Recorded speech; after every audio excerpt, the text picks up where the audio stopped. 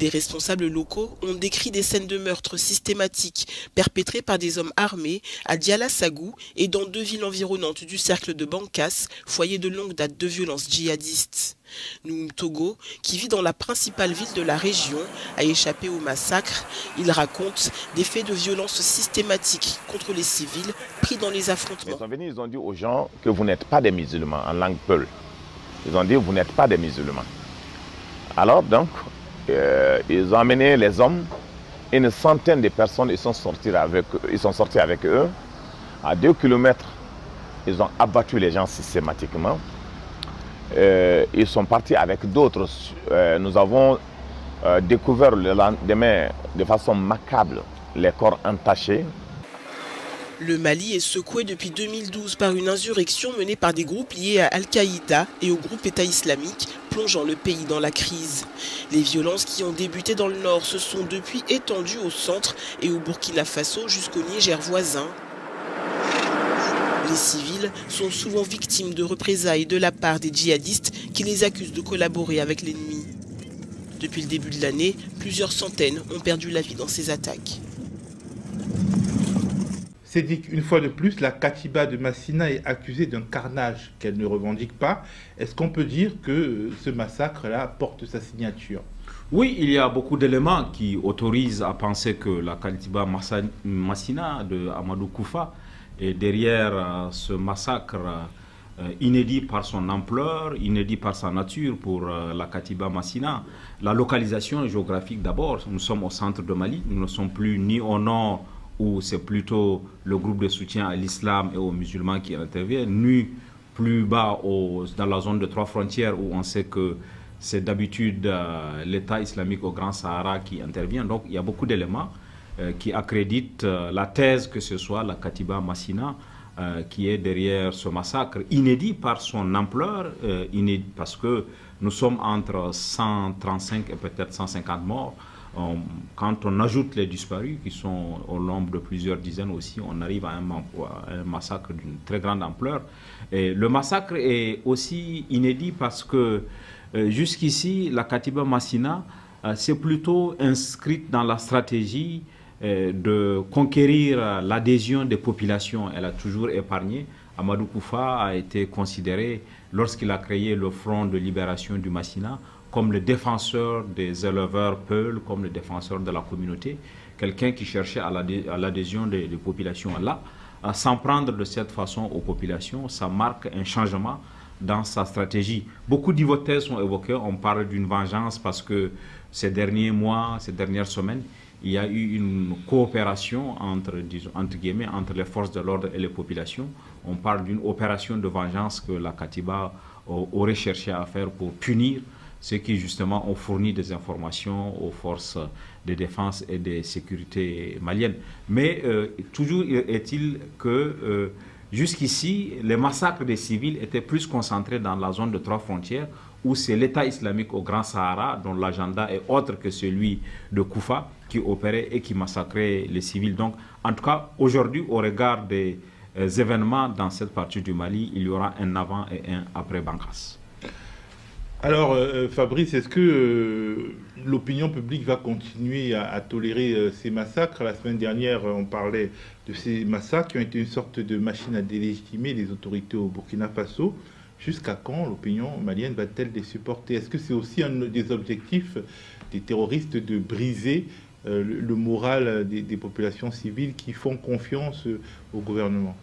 On le voit déjà que l'opinion publique est à bout. Dans le cercle de Bankas, d'ailleurs, les populations ont mené jusqu'à il y a 2 jours une opération de désobéissance civile parce que pour eux, ils ont besoin absolument de l'armée, que l'armée puisse sécuriser ces zones-là. Et au fur et à mesure que le temps passe, les attaques se multiplient. Je voyais des statistiques de certaines organisations qui estimait déjà près de 3000 morts depuis le début de l'année. Seulement depuis le début de l'année 2022, 3000 morts dans cette zone, dans ce pays, dû aux attaques terroristes et djihadistes. Donc aujourd'hui, il y a une responsabilité immense sur le poids des autorités de la junte malienne, parce que effectivement, elle est scrutée à la fois par sa propre population qui attend d'elle qu'elle la protège, et aussi également, on l'a vu il y a quelques jours, la France qui a mis la main sur un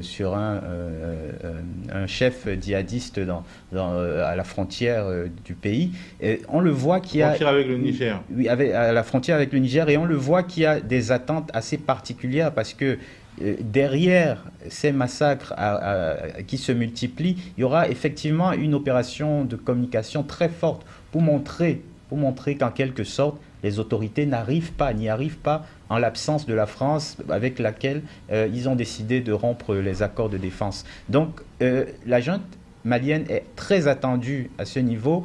Effectivement, on se doutait bien que sortie de la coopération avec la France et avec l'Union européenne, il y aurait des difficultés, mais avoir des massacres de cette ampleur, ça montre quand même qu'il y a des failles terribles dans la sécurisation du pays et des enjeux très attendus par la population malienne.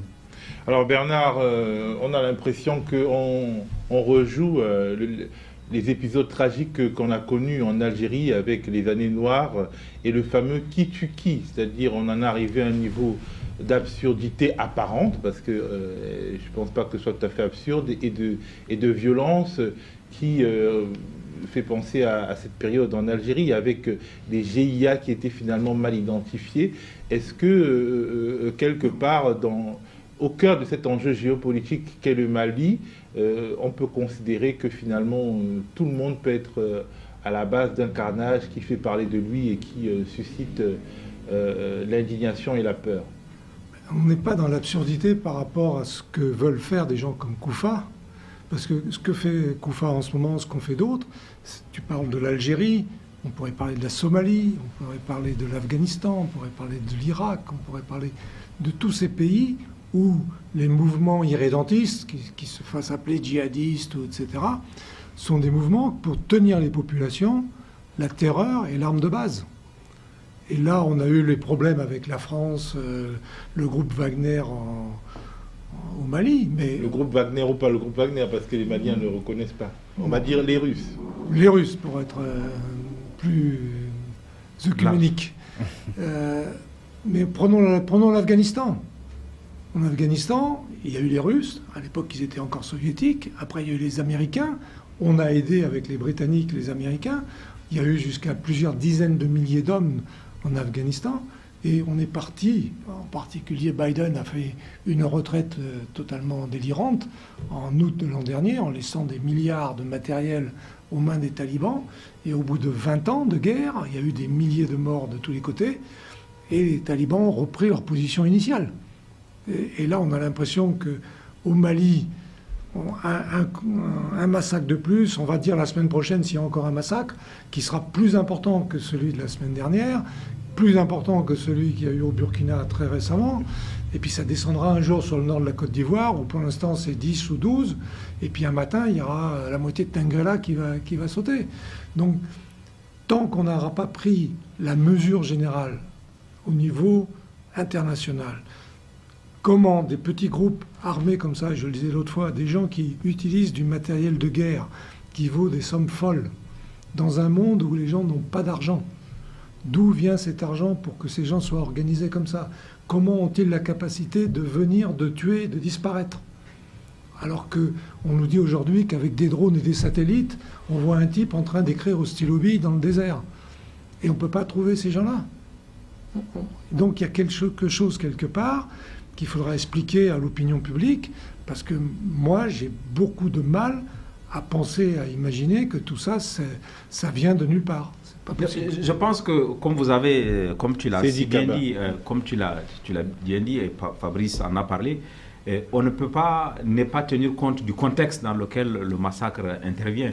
Le contexte est tel qu'aujourd'hui, au moment où la junte militaire a commencé à revendiquer un certain nombre de victoires, disant que la présence française n'a pas été utile et même sans la France, on peut obtenir de victoires, et que ce massacre se produit, ça peut justement apporter une certaine délégitimation de ce discours-là. Ça peut affaiblir la force de ce discours.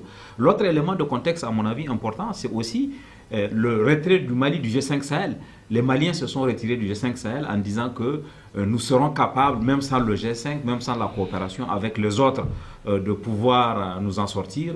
Et ce massacre intervient aussi, et ça peut alimenter, ça peut, comment dire, conforter le discours de ceux qui disent que sans la coopération sous-régionale, le Mali ne pourrait pas s'en sortir. Je pense que tous ces éléments du contexte doivent être intégrés dans cette appréciation. C'est pour ça que j'ai parlé de la décennie noire en Algérie, parce que les GIA, les groupes islamiques armés à un moment donné en Algérie, leurs commanditaires, il y avait un flou autour de leurs commanditaires. Il y avait même des GIA, il y a eu des soupçons de GIA téléguidés par les généraux, et plus personne n'y retrouvait ses enfants. Non, tout à fait. Le rapprochement avec l'Algérie est tout à fait exact. Parce que dans cette guerre où on tend à discréditer le discours de l'autre, ceux qui veulent discréditer le discours de la junte, et ça a été évoqué aussi, que les gens aient laissé exprès faire le massacre pour discréditer la junte, comme on a pu le voir en Algérie aussi, où souvent on a pensé que le pouvoir a laissé faire pour simplement discréditer les choses, où on est même arrivé à un moment où le renseignement algérien, certains émirs. Absolument, justement, où le renseignement algérien était soupçonné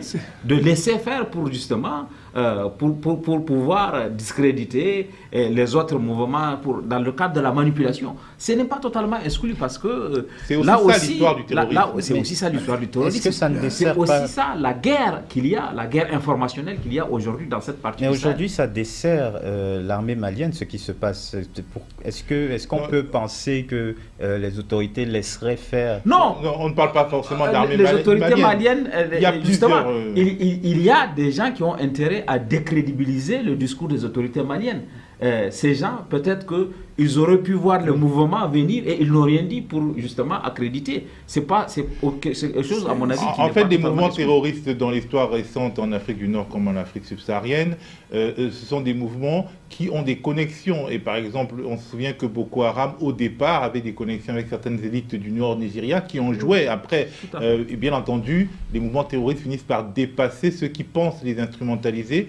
Mais globalement, dans un environnement pareil, sachant qu'il y a plusieurs puissances, il y a la France, il y a des pays voisins, il y a la Russie, il y a le Mali, il y a un certain nombre d'intérêts peut-être privés, et les opérations de terrorisme deviennent aussi des opérations de communication. Mais est-ce que ça ne prouve pas justement quelque chose au niveau de l'intervention militaire? Le cas de l'Afghanistan que citait Bernard tout à l'heure, c'est le contre-exemple du fait que, au final, l'intervention militaire ne peut pas être la panacée, et qu'à un moment donné, il faut trouver forcément, on est obligé, on l'a vu que cette force Barkhane et les opérations militaires françaises et européennes ont été en échec pendant des années.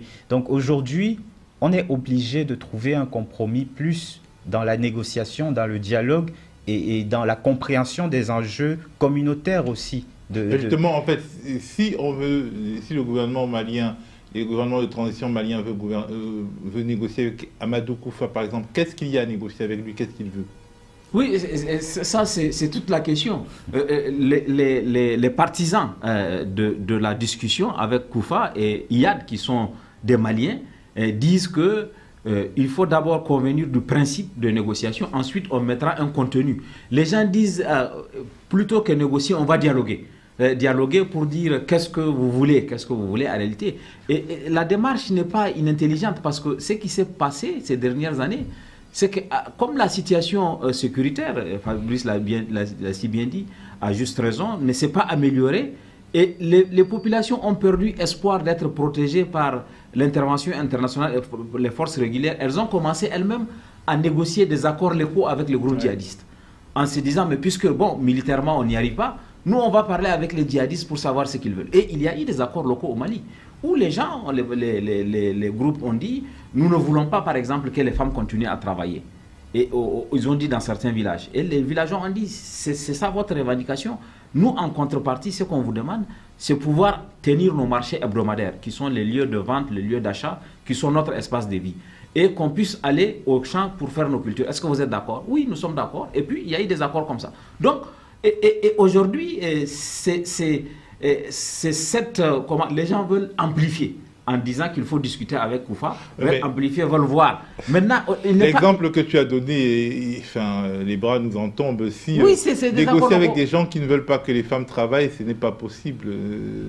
Mais c'est-à-dire que nous sommes absolument d'accord sur le principe. C'est une exigence qui est complètement rétrograde, y compris dans les villages de cette région où les femmes quand même contribuent à l'économie familiale pour 80% à la limite. Mais la situation de nécessité à amener les populations en se disant mais toute cette intervention militaire n'a pas assuré notre sécurité, ne nous permet même pas d'aller au champ. Tous ces militaires, les forces régulières, qu'est-ce qu'on fait? Au lieu de rester dans une situation où on ne peut pas aller au champ, où on ne peut pas aller au marché hebdomadaire, faisons ce compromis qui est le mot mauvais. Pour les populations, c'est devenu la situation la moins mauvaise. C'est une question de survie. Mais maintenant... un État ne peut pas endosser des revendications aussi farfelues. Oui, c'est ça la limite. Mais si l'État ne peut pas endosser, il faut qu'il propose autre chose aux populations. Et pour l'instant, il n'a rien proposé qui soit acceptable pour ces populations. Bernard? C'est ce qu'on dit à chaque fois. Le problème, c'est le développement, c'est la capacité à l'État à fournir la sécurité, à fournir l'éducation, à fournir la sûreté sanitaire, etc. Et les moyens de communication, parce que pour aller au marché, pour vendre des villages, pour aller au bourg, il faut des routes, il faut des transports, il faut toutes ces choses-là. Mais quand on voit, on en parlera peut-être sur d'autres affaires, mais la perte en ligne de tous les budgets qui sont mis sur certaines choses et qui pourraient...